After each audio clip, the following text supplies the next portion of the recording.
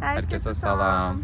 Bugünləri biz özümüz haqqında biraz məlumat verəcəyik. Danışıq videosudur. Belə bir formatda çəkməmişik indiyənə qədər. Fikirləşdik ki, sizlə daha yaxın olaq. Bugünkü mövzumuz Serbiyanı nəyə görə seçdik? Avantajları və dezavantajları haqqında məlumat verəcəyik. Bəli. Getdik. Bəli, birinci avantajı bura Azərbaycan vətəndaşı üçün vizasızdır. 90 gün 3 ay müddətinə. Müsbət cəhətlərdən biri budur. Vizasız olduğuna görə hər kəs rahatlıqla gələ bilər və sonra burada qaldıqca VNJ və yaxud da PMJ özünü düzəldə bilər. Yəni oturum icazəsi.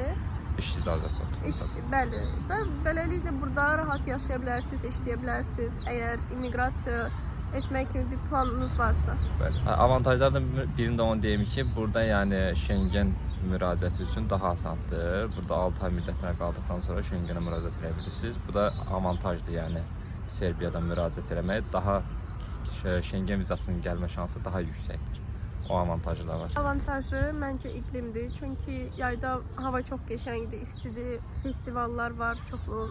Yəni getməyə çox yer var, gəzməli. Qışda da hava yaxşıdır. Düzdür, soyuq olur. Biz qışda da buradaydı. Hava çox soyuq idi. Ona baxmayaraq külək o qədər də güclü olmadığına görə soyuq hiss eləmirsən. Hə, yəni qar yağırdı, amma bizə normal idi gəzirdiyimiz üçün.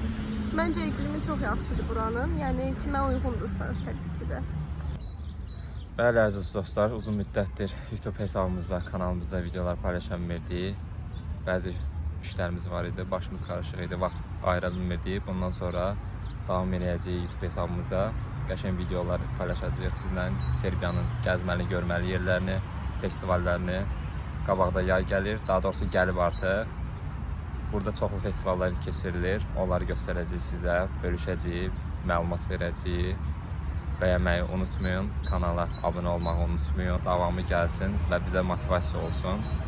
Nəsə sualınız varsa, Serbiya haqqında məlumat almaq istəyirsə, çalışdığımız qədər sizə məlumatlandıracağıq. Kommentlərdə yaza bilərsiniz. Bəli, kommentlərdə, şərhlərdə qeyd edə bilərsiniz. Çalışarıq, onlara cavablandıraq bildiyimiz qədərilə. Yəni insanlar haqqında məlumat verək. İnsanlar yəni belə istiqanlıdır, səmimidir. Çoxu deyir ki, soyuqqanlıdırlar falan. Məkan. Məncə heç deyirlər. Hə, indi ola bilər də, yəni hamısı demək ki, hamısı istiqamlı olacaq. Bəziləri var. Hər yerin yaxşısı pisi olduğu kimi buranın da yaxşısı pisi var. Yəni belə normal qarşılayırlar. Kənardan gələn insanlarla, yəni turistlər olsun, yaşamaq üçün gələnlər olsun, yəni normal qarşılayırlar, yəni öz dillərində danışanda daha çox sevinirlər, yəni qısa sözlər də desəz, məsələn, dobardan, zdravo, kakosti, məsəl üçün belə sözlər desəz, yəni sevinirlər ki, sən Serbiya öyrənməyə, danışmağa cəhd göstərsən. Bunların da onlar xoşuna gəlir. Müsbət cəhətlərindən biri də burada nəqliyyat vasitələri, Belqrad şəhərində nəqliyyat vasitələri, tramvaylar, trolleybus, avtobuslar, yəni ödənişsizdir. Mən bildiyim qədərlə Niştada. Onu dəqiq bilmirəm. Gördüm. Belqrad şəhərində ödənişsiz olduğunu bilirəm. Digər şəhərlərdə yəqin ki, ola bilər, yəni olmamışıq.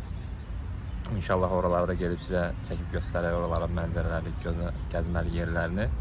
Nəqliyyat vasitəsi pulsuz, yəni avtobuslar hər yana, yəni hər bir bölgəsinə gedir. Rahatlıqla, yəni hər dayanacaqdan hansı ünvanı istəyirsə rahatlıqla gedə bilərsiniz. Yəni Google karta ilə, Yandex işləyir Google karta ilə, yəni ünvanı yazırsınız, göstərir hansı avtobuslar gedir, hansı dayanacaqdan gedir. Yəni bu asan bir şeydir. Yəni çətin bir şey yoxdur.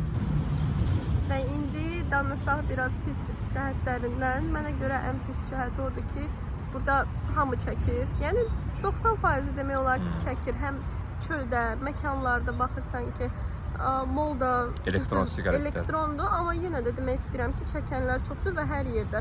Əgər siz sevmirsinizsə tüstünü, məcbur qəbul edəcəksiniz. Çünki hər yerdədir də bu. Bir də yerə atırlar. Fikir vermişəm ki, hələ buranı da çəksək göstərə bilərik ki, yerdə siqaretdir hər yerdə. Kötüklər, siqaret dayanacaqlarda daha çoxdur. Aha, bəli. Bir sonraki mənfi cəhəti odur ki, banklar çox gec işləyir. Həqiqətən də bir neçə dəfə çağırmışdılar bank hesabı açmaq üçün. Hər dəfə nəsə sistemdə problem çıxır deyirlər, göndərirlər. Sabahsı gün yenə gəlirəm, 1 saat oturub gözləyirəm, sonra yenə göndərirlər. Biraz mənə elə gəlir ki, problem ondadır. Sırf bank. Başqa problem mən görməmişəm çünki belə qurumlarda. Ancaq hesab açanda elə şeylə rastlaşa bilərsiniz. Bəlkə də xarici vətəndaş olduğumuza görə. Ola bilər. Çox Yəni güman. bəzi dəxilsiz suallar verirlər. Məsəl üçün Bakıdakı ünvanını soruşur. Yəni Bakıdakı ünvanımı hər şey Bakıdakı öyrənirlər. ünvanımı nə edirsən? Yəni harda yaşadığımı nə edirsən? Mən artıq burdayam yəni. Onu da deyim ki, bank hesabı açmaq üçün yəni burada deyirlər Boravak ev müqaviləsi lazımdır. Kirayə və yaxud da çoxma kirayə, iş müqaviləsi, ev hamısı ev, yəni. ID kart lazımdır. Bir də Boravak deyirlər burada. Ev müqaviləsi Propiska. lazımdır. Bəli, hətta propiska deyək də. Bəli. Bunlar lazımdır. Yəni ay gəlin bura turist kimi o məsəl üçün 3 ay burdayam, burada bir dənə bank hesabı açım, yəni o Mümkünsüz bir şeydir. aça Həqiqət bilməzsiniz, yəni o olmur. mümkün deyil. Yəni ID kartla, Boravakla açmaq çətindirsə, yəni turistik baxışım yəni mümkünsüzdür. Yəni öz ölkənizə pul göndərmək istəsəz biraz çətinlik çəkə bilərsiniz o baxımdan. Çünki gərək sizin hesabınız olsun ki, siz oradan Bakıya nəsə göndərə bilərsiniz. Əgər yoxdursa, təbii ki də eləyə bilmirlər. Amma hesab açmaq da o qədər asan bir şey deyil.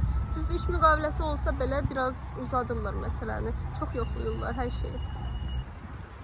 Mənfi cəhətlərdən biri də burada mitinqlər çox olur. Adicə bir həftə bundan qabaq burada mitinq olmuşdu. Yəni polislərlə qarşı durma falan. Onlar çox olur. Əsasən tələbələr bu mitinqi eləyir. Dövlətə qarşı, nə bilim, yəni öz haqlarını tələb eləmək üçün. Yəni o da ki, şəhərin mərkəzində olur. Bir gün, 2 gün falan çəkir. Yəni belə ciddi deyim ki, qarşı durma olmur. Yəni mitinqi eləyirlər 5-6 saat, yığışırlar, toplanırlar mərkəzdə.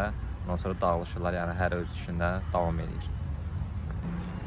Bugünlük bu qədər dostlar. Əgər bu tərzli videoları bəyənirsinizsə, kommentlərdə yazmağı unutmayın. Kanala abunə olmağı da unutmayın.